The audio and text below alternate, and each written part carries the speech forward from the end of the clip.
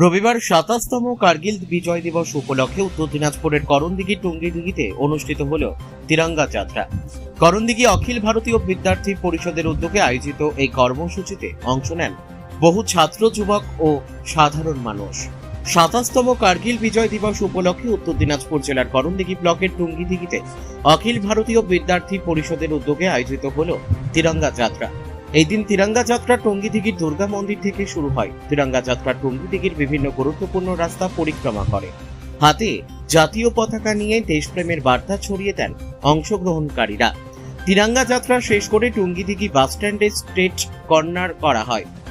এই কর্মসূচি চলাকালীন কার্গিল যুদ্ধে আত্মবলিদানকারী ভারতীয় সেনাদের প্রতি গভীর শ্রদ্ধা ও সম্মান জানানো হয়।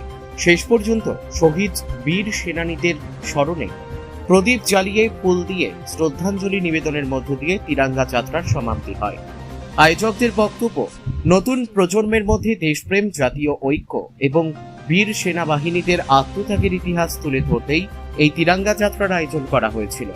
কার্গিল বিজয় দিবস উপলক্ষে টুঙ্গিদিঘিতে এবিভিপির এই তিরঙ্গা যাত্রা দেশপ্রেমের এক উজ্জ্বল বার্তা বহন করে।